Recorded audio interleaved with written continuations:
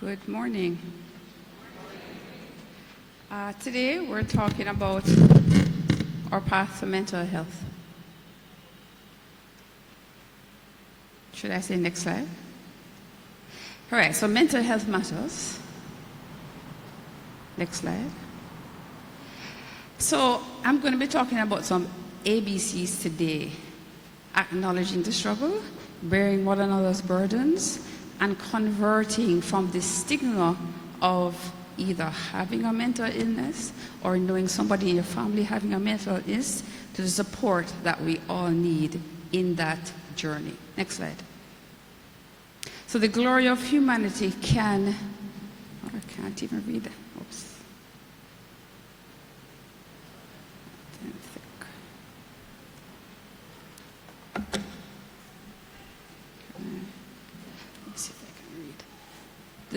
The story of humanity can be written as a struggle to acknowledge human beings as human beings. Next slide.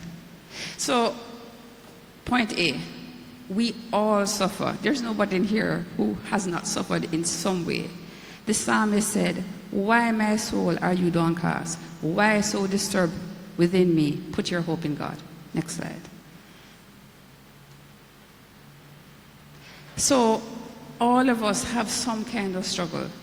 We all have our thorns. So the Apostle Paul said in response to him talking about his thorn, God said, "My grace is sufficient, for my power is made perfect in weakness." We need to acknowledge that struggle is normal. It is typical for humans. It is okay to not be okay sometimes. In fact, a thorn in the flesh, even in your mental flesh, so to speak, doesn't mean that your faith is dead. Emotional struggles are part of the human conditions, both saints and sinners. I put this particular image here because there was a time in my life that I was so much suffering with mental illness, although I didn't know it, that I had little hope. And I love this because it reminds me that you can reach out for hope even when you can't believe it is true. Next slide.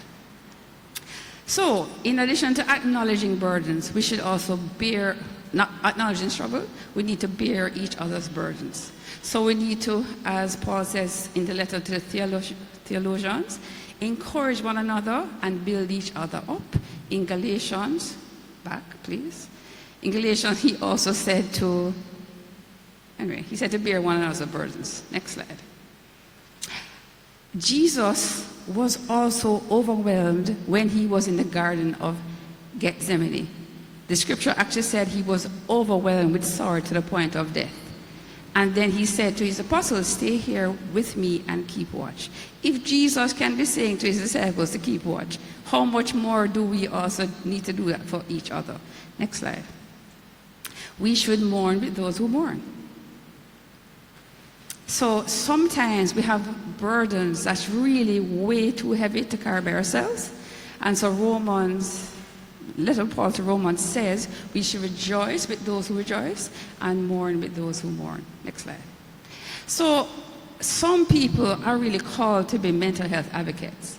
And as a mental health advocate, you should become informed more and more, be connected to other people in the space and share your experiences. And then the last step as an advocate is to speak up and sometimes to write. Next slide. So in the context of acknowledging that we all have struggles, bearing the burden of each other in our emotional struggles, there is a real issue with mental health. So in Jamaica in particular, and some other countries as well, we really have massive stigma. So not only we talk about everybody on the street is homeless is a mad person, and really no. And if somebody either admits or displays any mental illness, oh my goodness, let's not talk about it. It's such a stigma. And it's a stigma in the church. Every church in Jamaica, as far as things have changed, it's a stigma. So we need to figure out how to break that. Next slide. So one of the things, I'm going to talk a little bit about how we can convert ourselves. All of us, I would say even myself, even though in my family, my aunt had schizophrenia, my father had dementia, I have a diagnosed mental illness, I have a health card, major depression. I think despite all of that, I still have some internal stigma. In order to overcome that, we need to build community. And one of the things that everybody here can do, which you're already here doing, is go to service, meeting homes. If you think about what Christians in the early church did, they met together. It's not enough just to come once a week to a service. You can also join clubs, join groups. So whether you're working, have hobbies, or in retirement, there are things you can do to interact with one another. Next slide. The psalmist said, God is close to the brokenhearted and save those who are crushed in spirit. And we're also admonished not to forsake the gathering together of believers. Next slide. Paul also reminds us that if one part of the body of Christ suffers, each part suffers with it. Let me stay there for a second. If somebody suffers, not just physical illness, because I know people with cancer, and it's like, not all the time, but a lot of people are coming in. Or you had a heart attack, everybody rushes to the hospital and supports the other people. But you have mental illness? Oh no. The scripture says, if one part suffers, each part suffers. We need to change our perspective in line with the scripture. So do we recognize that we have stigma about mental health, and what is the cause of blindness? And I mean blindness to the stigma. So we can break the stigma against mental health among us and within us. Next slide. So how can we challenge the stigmas? For example, there's phrases like, just pray more, you need more faith, in response to somebody with mental illness, And we need to retire those phrases. So, of course, we believe in prayer and faith, but we need to couple that with wisdom. Where does that wisdom come from? Of course, from God. And Proverbs says, victory is won through many advisors. Advisors include priests, Christian counselors, and medical doctors, as we know already. So we can reduce mental health stigma in several ways. Next slide. We can be a safe person. You can ask somebody who's having an emotional struggle, how are you really? All of us say, how are you? And we're just waiting for the okay. How are you really? And then listen. And this is good for whether we're having an emotional struggle or not. We need to learn to be genuine. We need to learn to be empathetic. We need to learn to be caring. So instead of saying, what's wrong with you? If somebody is going through emotional struggle, say, I am here for you. This must be very, very hard. Even if you've never experienced it, it's hard. There are a long list of ways to combat mental stigma. I can't read all what's on the side right here, but one of the things is to also to reach out to support organizations. So I'm a part of Mensana, which is a support group for both the persons with mental illness as well as the loved ones and family members of persons with mental illness, as well as persons who are interested in supporting the effort. But there are many ways, both in a small community as well as outside, you can combat mental illness, and it starts with educating yourself as to this is an illness. I remember even talking to somebody in another church, and a friend of mine, a very close friend, started displaying severe mental illness, hallucinations and a lot. And people were calling me, because I was very good friends of her, saying, what is happening with this person? I won't say the person's name. And when I met one of her other friends, and I said to her, she refused to go to a medical doctor for a diagnosis. And I said to this friend, I think, even though I'm not a medical doctor, that she might have a mental illness. And she really looked at me like, what the madness am I talking about? So I said, do you know that there is a profession called psychiatry because it's a medical illness? I started just explaining to her the types of mental illness. At the end of it, if we want to combat stigma, we need to be informed that clinical depression is real. Schizophrenia is real, and just like people can get diabetes, cancer, heart disease, and other things, and it doesn't mean that God has forsaken you. It's part of the human condition, unfortunately, in the fallen world to get ill. Next slide. So we need to normalize asking for help. So women across the world are health seekers. You know, they tend to need to drag their men along to seek help from doctors. But in this part of the world, we tend to not want to ask for help, either for counselors or for health professionals. And we need to break that idea by first accepting that we all have struggles. And we need to accept that mental illness is real. We need to speak positively about counseling. Counseling is a good thing, you know, therapy. And we need to acknowledge that mental health treatment is worthwhile.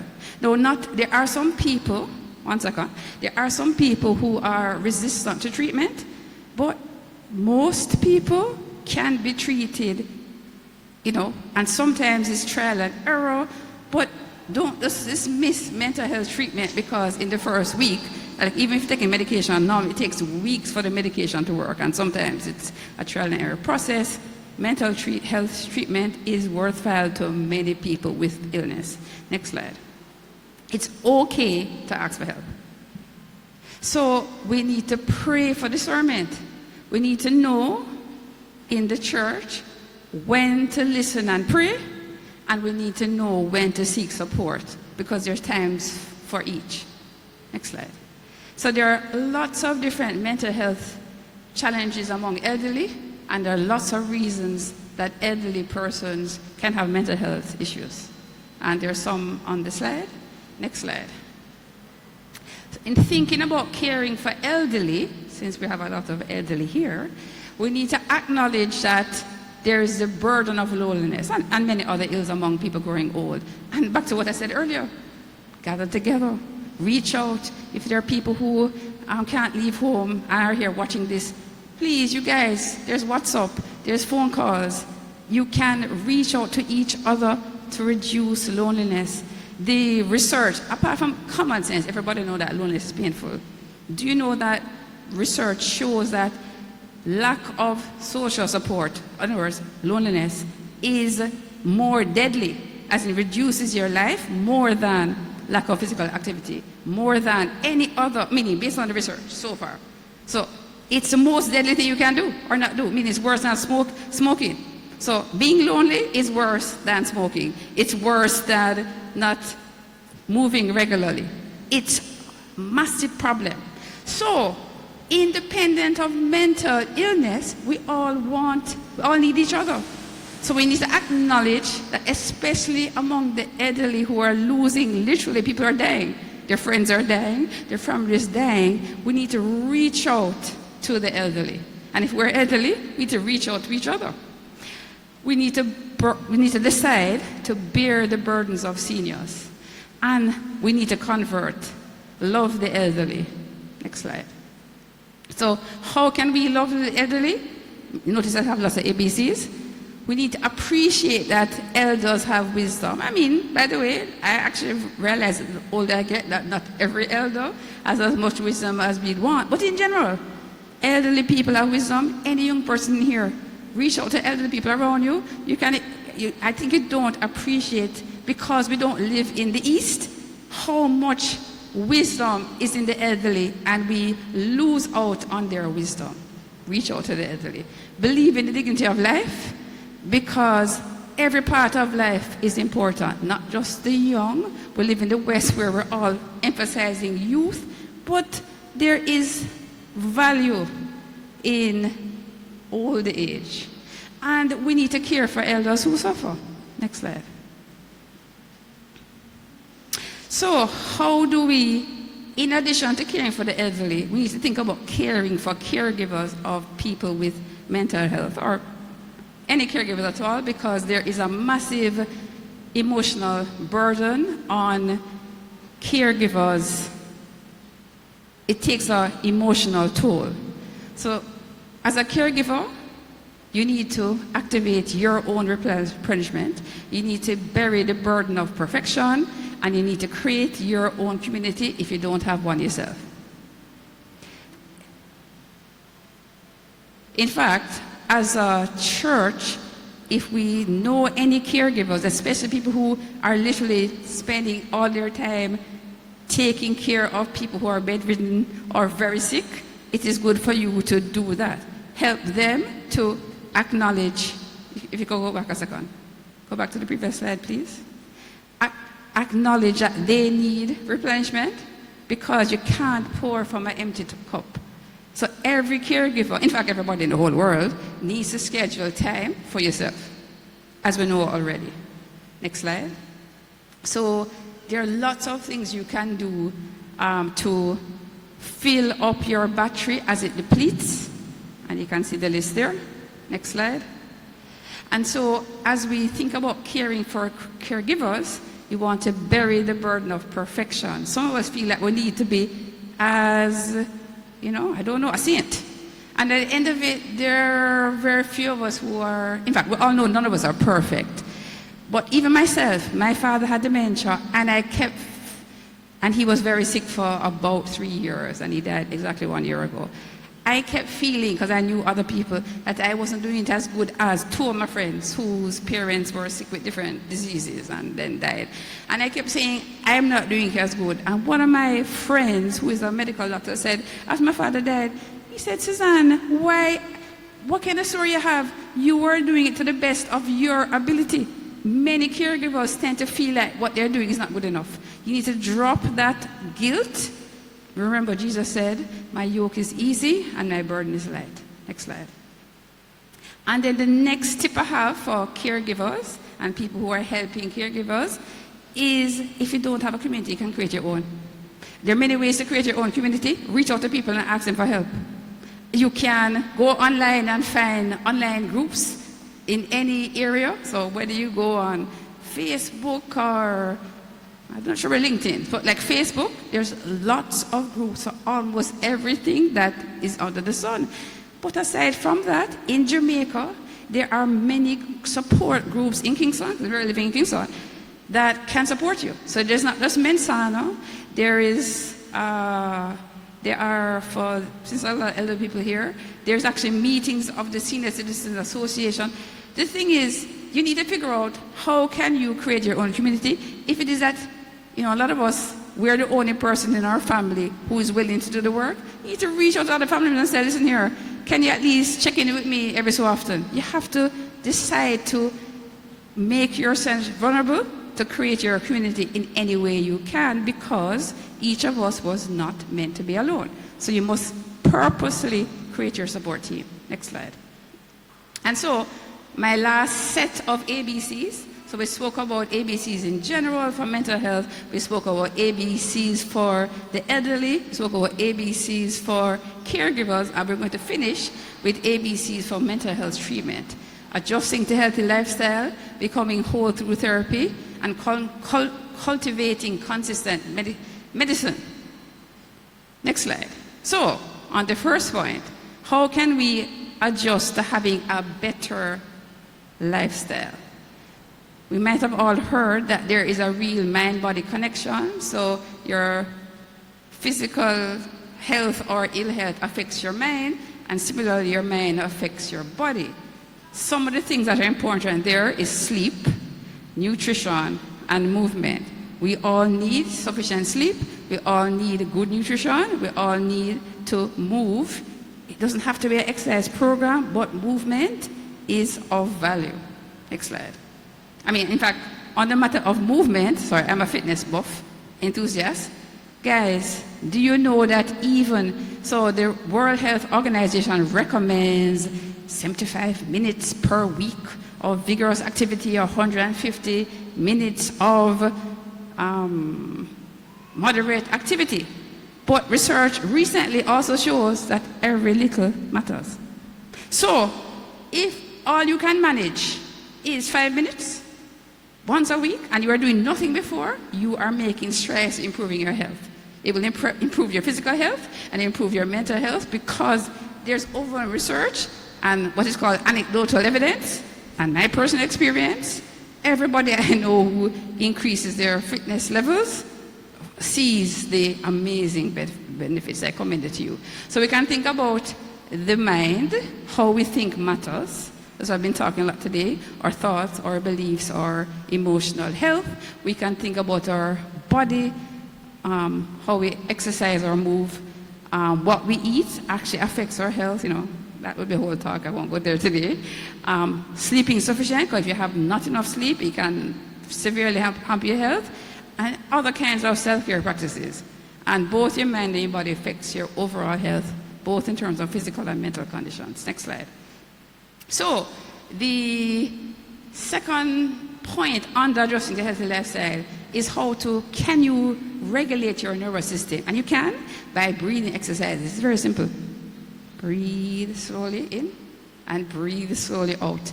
Breathing deeply and slowly can actually improve your blood pressure. It can improve your outlook.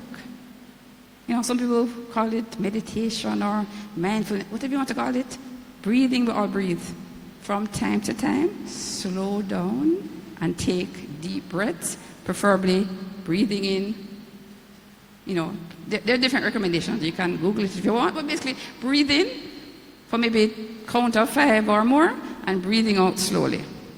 You want to anchor in the now, not to worry about the past or always be in the future, and pray regularly. Next slide. So this is a slide about breathing. There's this evidence, as American Heart Association, there's evidence that breathing has an impact on health. Next slide. And the final point under adjusting to having a healthy lifestyle is structuring your environment. So you should, if possible, have a daily routine that's simple. You might want to put in tech boundaries. It's recommended that if you have a phone, if you have a TV, that it's best for the first hour and the last hour of each day you don't interact with tech for the best mental health. I don't even do it myself, but it's best. So it's like it interferes with your sleep, it interferes with your outlook. It's best if you give yourself tech breaks. And if you can, even once a week or once a month, give yourself a whole day of a tech break, because so much of us are on technology devices all the time. And clearly we need to connect with people intentionally. Next slide. So no posting, no liking, just living sometimes. Next slide.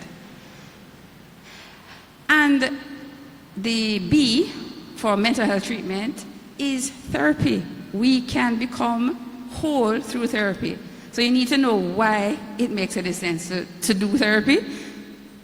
Therapy really, or counseling, is a safe space to explore the reasons why you have struggles. Now, for some people who don't have any major mental health struggles, you don't need therapy, but it can be a major breakthrough for people who it helps. There's so much evidence that therapy, remember, therapy doesn't necessarily have to be with a professional counselor. It's when you actually have a mental illness, you need a trained therapist. The relationship, though, is key. So there's not a good fit for everybody. If you or a loved one goes to a therapist and it's not working out, you can find another therapist, because the relationship is part of what's important. Next slide. So there are a number of signs that you may need therapy, and I want to like on this one in particular. When other people in your life think you need therapy, maybe you need therapy. Maybe. Next slide. And then C is cultivated use of medicine. Now, most people who have a diagnosis of a mental illness tend to resist the idea of taking medicine. I think we just have a reluctance to take medicine for almost anything, many of us. But the thing is, adherence, as in consistent use, is the key. It's not a marathon. It's not a sprint, it's a marathon. Meaning, it's never good if you're taking medicine to stop it abruptly. You need to be interacting with the health provider. Medicine, though, while it can be very beneficial, is not a panacea for everything. You still need to have a good lifestyle. You still need to connect with people. As in, you still need all the other parts of life. So even the persons with diagnosed mental illness need to integrate the other 2 points I made, which is basically, possibly, depending on the nature, you might need a counselor, and certainly everybody needs a good lifestyle. The idea is to take a pill and then life is perfect. No. You need to have a good lifestyle. Next slide. So, boring self-care for people with mental illness is just taking a pill every day, or maybe many pills a day. So, such is life. So what's the call to action? We started off, no, stay right there. We talked about caring for the elderly. We want to acknowledge the loneliness of people who are growing older. We want to bear the burdens of seniors as a way of respecting them. We want to love the elderly. Tia Walker said, to care for those who once cared for us is one of the highest honors. And I had that honor with my father for 3 years of my life. Next slide. We need to care for caregivers. So each caregiver and the people who love them need to remember to activate their replenishment. Take time for yourself. You need to bury the burden of perfection. Remember that nobody is perfect, and if what you're doing is good enough, it is what it is. Good enough is good enough. And you need to create your own community. So Emery Austin said, some days there won't be a song in your heart. Sing anyway. And for mental health treatment, we said we need to adjust to a better, healthy lifestyle. None of us has a perfect lifestyle. We can always be improving in some way or another. So you need to do an inventory every so often. You need to think about whether you or your loved ones would be better off with therapy or counseling or just talking to a friend. And then finally, if you have a mental illness, if your family member has a mental illness, actually taking medicine on a consistent basis does work. Next slide. So you are not weak for struggling. You are strong for facing your battles head on. I'm going to read it again. No, go back to that, please. I've been in counseling myself, and I was shocked when my therapist said something like this to me. Not this exact words, but you are not weak for struggling. You are strong for facing your battles head on. Next slide. And then finally, back to my first set of points. We need to be people who are caring and empathetic, acknowledging the struggle of life. Everybody struggles. Bearing one another's burdens. And then because there is this massive stigma in our community about mental health, we need to seek conversion, perhaps equivalent to the Damascus Road, and have support. Next slide. So, as we said before, counter these unspoken messages. If your faith was strong, you wouldn't struggle. James said, pray for each other so that you may be healed. Next slide. We are created for connection. Ecclesiastes 4:9-12 says, or parts of it says, two are better than one. A cord of 3 strands is not quickly broken. Some people interpret the third strand to be the spiritual connection with the Lord. At any rate, we all know that by ourselves we are not enough. Next slide. So faith, hope, and love are key to having a wonderful life, as it says in 1 Corinthians 13. Next slide. So by the way, I'm having a book about Fab Fitness over 40, and one of the messages in my book is that movement is medicine. And thanks for listening.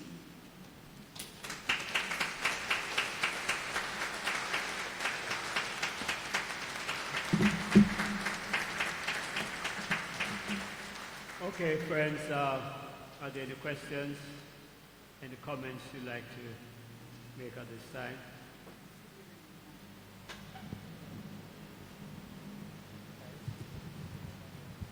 Yes?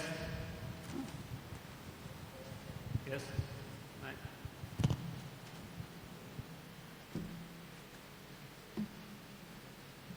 Is someone else speaking? Thank you so much, Susan. Welcome. Thank you. Thank you for that thorough presentation and for grounding it all the way in Scripture.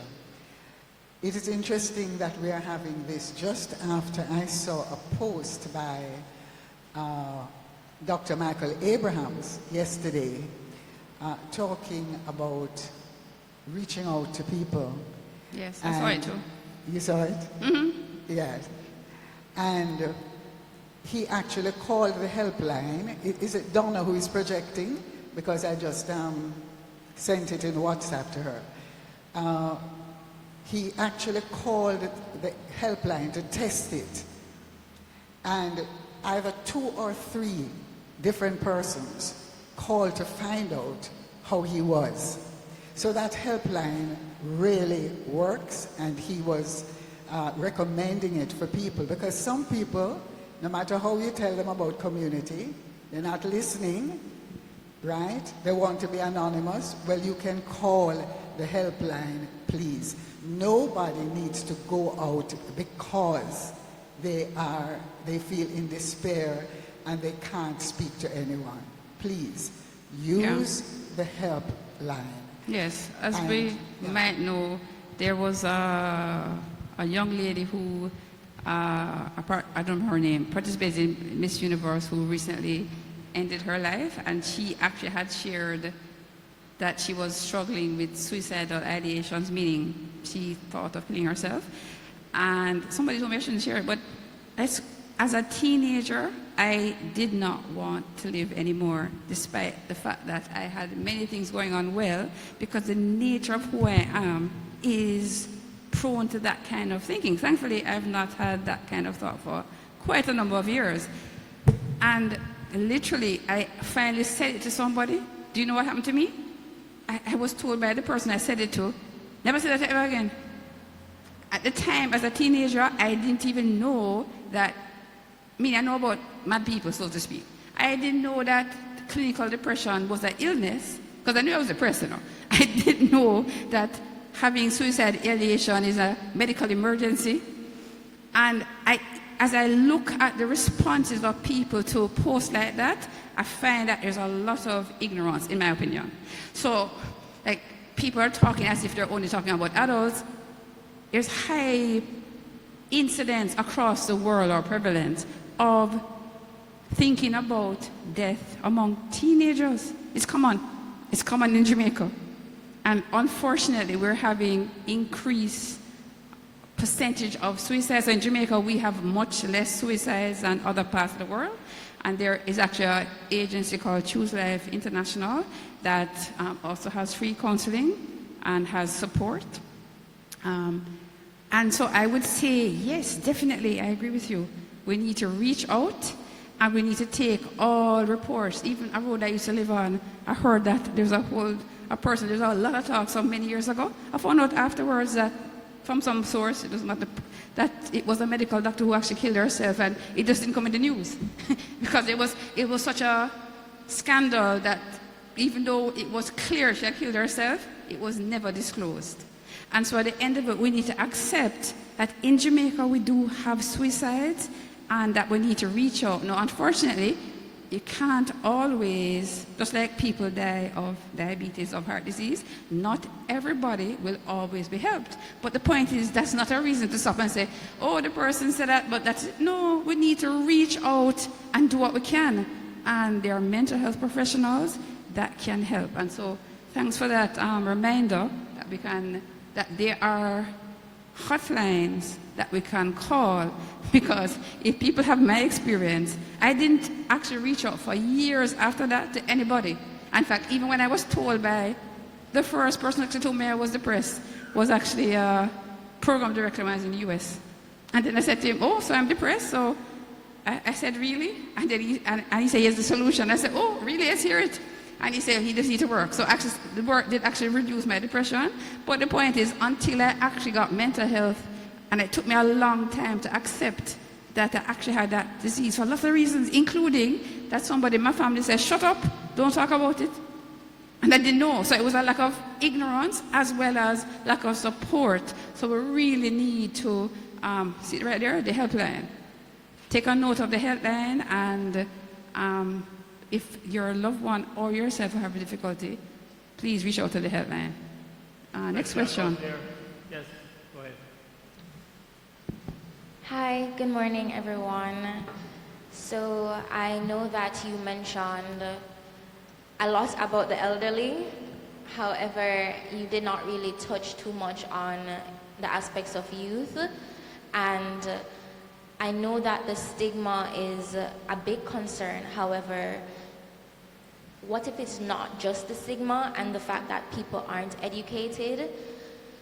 I feel as if, in terms of, say, for example, as it relates to men go through mental health issues, and I feel like they are more suppressed than the average, if that makes sense. I feel as if that doctors go through mental health issues, and because it is their duty to take care of patients, they are kind of suppressed more than the average as well. And these are things that we have to take into consideration. So if it is a case where we can recognize these people, recognize the youth, recognize the healthcare, recognize men. Yeah, man, good point. Is it a case where training could be an option? Yeah, man, so, sorry, couldn't tell you everything in the talk, so I was trying to focus on elderly because elderly people are here. But you have a really good point. Across the world, especially in Jamaica, there's a reluctance of men to either admit that they have mental health problems or to seek counseling or medical treatment. And in that context, it's really important for men to acknowledge that there's a problem. So, in fact, women tend to be more depressed than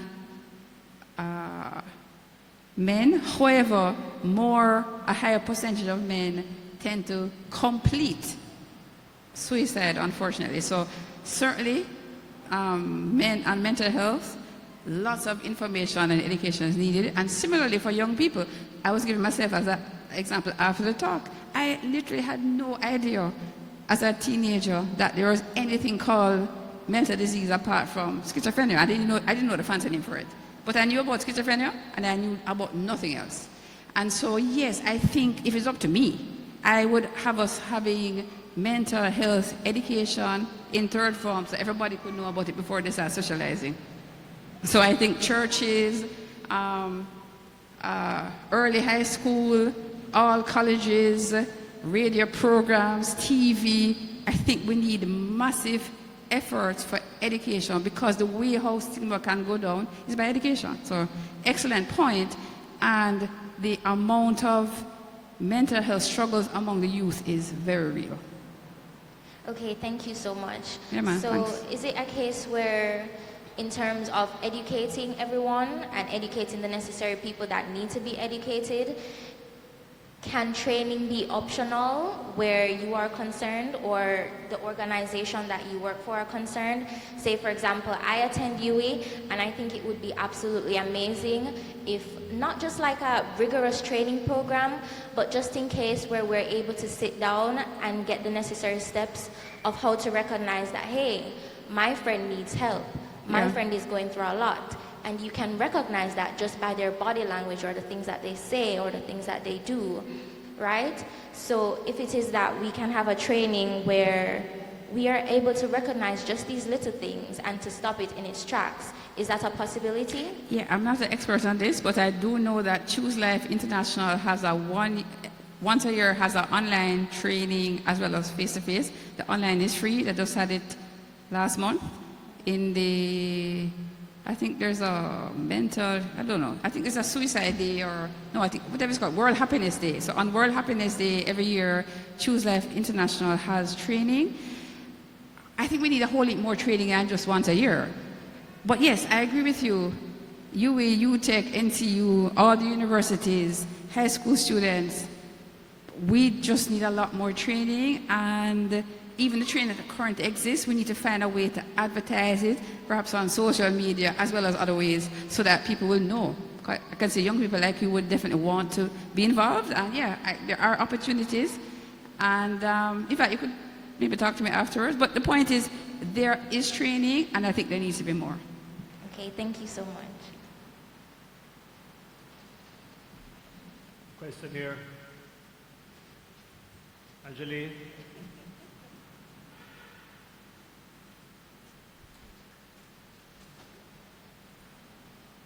Thank you. Morning. Well, it's kind of following up from what she said. I know in the presentation you probably didn't go extensively into suicide, but it is something that it's happening for years, but at the same time recently obviously become very topical. So my question is, we know we can't do a full training, but are there any key things that persons should look out for in others to kind of identify that maybe this person is on the decline, or it is that somebody needs to step in at some point, or they may be at a place where they actually do want to take their life? Well, I'm not a mental health professional. If I was going to ask these questions, I would have prepared for that. But here's my short answer. One, you look young enough, Google, literally, go to Google and do a search for signs of, but here's the thing, guys. No matter what you Google, no matter how much training you do, here's my tip from my personal experience. There are two general groups of people. One is there are people who will actually expose that they're vulnerable. So there are people who literally will say, boy, I can't bother with this life. And, there's settings that indicate, and those are clear signals. There's no perfect, but there are other people who will disappear. So when people disappear, you need to reach out to them. So I am not going to pretend that I'm an expert. There are two groups of people who are in trouble. The ones who say things and we just ignore because, they must talk. And we need to take what people say seriously. And then secondly, there are people who withdraw. So they're normally in the life of things. And when you see them withdraw, it might be a signal something is really wrong. So that's just my generic response to you. I would say talk to a mental health professional, but no matter how much training you get, there is no perfect. I know a friend who was a psychiatrist, and literally he saw a patient, and within a week of him seeing the patient, the person committed suicide, and he was beyond himself with grief, personally, because how he didn't see it coming. Because at the end of it, we are not God, but I would say pray and seek support. If somebody say, I hate life, I hate living, take them seriously. If they withdraw, reach out to them. That's my 2 cents. Okay, and just one last thing, Father Pat. So one comment that I wanted to make was also we speak about mental health a lot in men, and it's definitely something that that men struggle with. But also I did want to comment on the fact that women also struggle a lot with mental health because we have a lot of changes in our hormones that happen throughout the month. And so sometimes it's a lot harder for women to overcome some of the mental challenges they're having because of the constant up and down in your hormones. So it's something that I think that we also need to be aware of, and following up on your presentation, to seek support so you are aware when the hormonal changes are happening and how it is that you can address those.